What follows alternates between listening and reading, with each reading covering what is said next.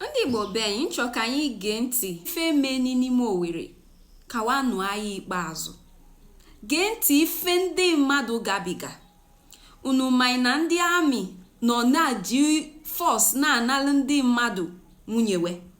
Na-edina ụmụndu na-eme ife dị iche iche na akpalụ dị iche iche. Mana wajụkwawa wasị mba anụ dịdị fefu emene na wee make sure na wee n'anya nke asị na. Ya ka obele nwata wa mụ just 30 years ago chọọ ịkụ akụkọ ndị Igbo ka ife ịmali gbasịlụ ndị Igbo ịchọ ịkụ akụkọ wa ka m bụtọ n'ọfụ kunu gee ntị ozie ka m gwa ya ọ bụ na ikiri ife onyonyo m adịzina na ahapụ a na atụsịsa ndị be anyị dị n'afọ anyị ka ndị be anyị na-afụ a ka anyanwa na-asapụ ma anyị ekene if we don't press share button ka ndị ọzọ ga-esi mmalị ife mesi n'ala Igbo o ife na-emekịta n'ala Igbo kilinwe.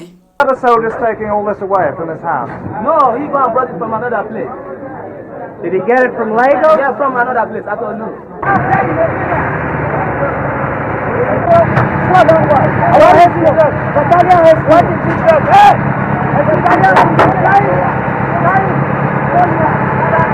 have complaints about the behaviour of your troops. Many women say they've been molested and raped. Men say their property has been taken away from them, looted. Do you know anything about this? I don't think that is true to say general looting and raping and the rest of it. That couldn't be true. You know, in every war, there's always one or two odd soldiers who will behave in the out of the general pattern. And well, I won't deny that there will be cases of this. And you do realize that it's not very easy for officers to be there all the time to check this type of thing. But everything has been done to keep the soldiers out of the villages, out of the roads, out of the towns. But here in the centre of this town, Colonel, I've personally seen soldiers taking household gear away from people's homes, loading it onto trucks and driving away. A sergeant major stopped one truck and made them take some stuff off.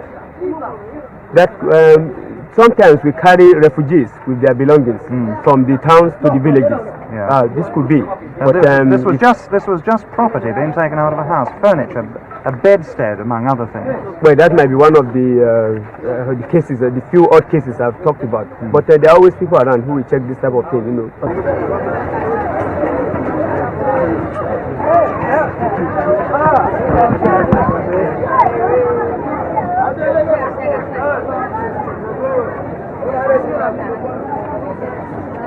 Have the federal troops behaved badly since they came here? Have they beaten people?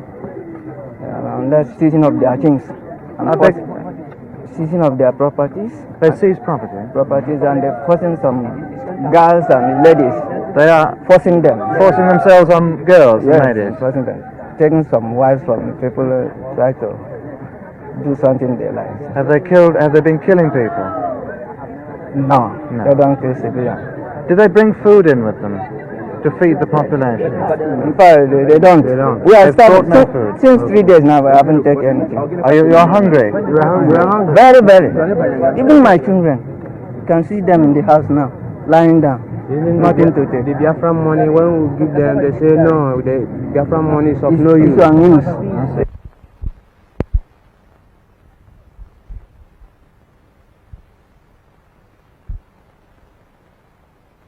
Do you know anything about raping or looting? No, I know nothing about that. What about food supplies? Is it true that the relief supplies are not coming in? Well, we have to make a distinction between the rural areas and the towns. It is coming into the towns because it's easier to arrange for transport. But obviously, it's more difficult to penetrate into the rural area. Have you seen any relief supplies here? Where's the feeding station? No, this is my first visit to Owerri. I'm living about 8 or 9 miles away. The people who say that there isn't such a centre. Well, I've just come from the police barracks, and they are distributing food every day down in the police barracks to the people.